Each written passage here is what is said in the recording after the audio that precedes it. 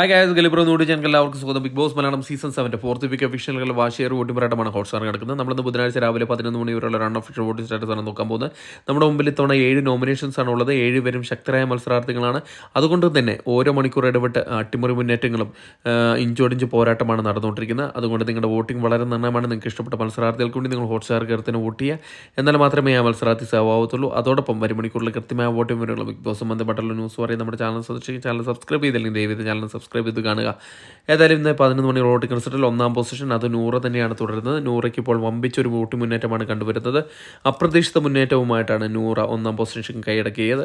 ഇപ്പോൾ 13,700 വോട്ട് നേടി 1-ാം പൊസിഷൻ തന്നെ നിലനിർത്തിയിരിക്കുകയാണ്. 2-ാം പൊസിഷനിൽ ബിന്നിയാണ് തുടരുന്നത്.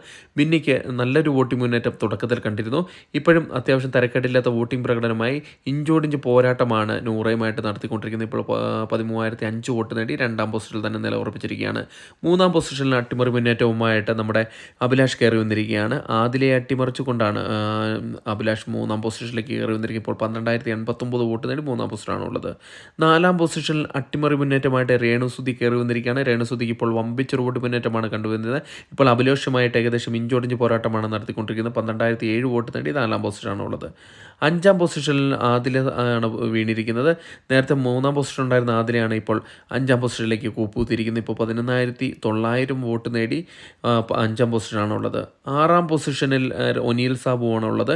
ഒനിയൽ സാബു നല്ല രീതിയിലുള്ള വോട്ടിംഗ് പ്രകടനം ഇപ്പോൾ കാഴ്ചവെച്ചിട്ടിരിക്കുകയാണ്. ഇപ്പോൾ ഒരു സേഫ് സൈഡിലേക്ക് മാറിക്കൊണ്ടിരിക്കുകയാണ് ഒനിയൽ സാബു. ഇപ്പോൾ 10,676 വോട്ട് നേടി 6-ാം പൊസിഷനാണുള്ളത്. 7-ാം പൊസിഷനിൽ ആര്യനാണ് ഉള്ളത്. ആര്യൻ 7-ാം പൊസിഷൻ ആണെങ്കിൽ കൂടെ ചെറിയൊരു വോട്ടിൻ്റെ വ്യത്യാസത്തിൽ മാത്രമാണ് പിന്നിലേക്ക് വന്നത്. അതുകൊണ്ട് തന്നെ വരും മണിക്കൂറുകൾ വളരെ നിർണ്ണമാണ്. ഇപ്പോൾ 10,570 വോട്ട് നേടി 7-ാം പൊസിഷനാണ്.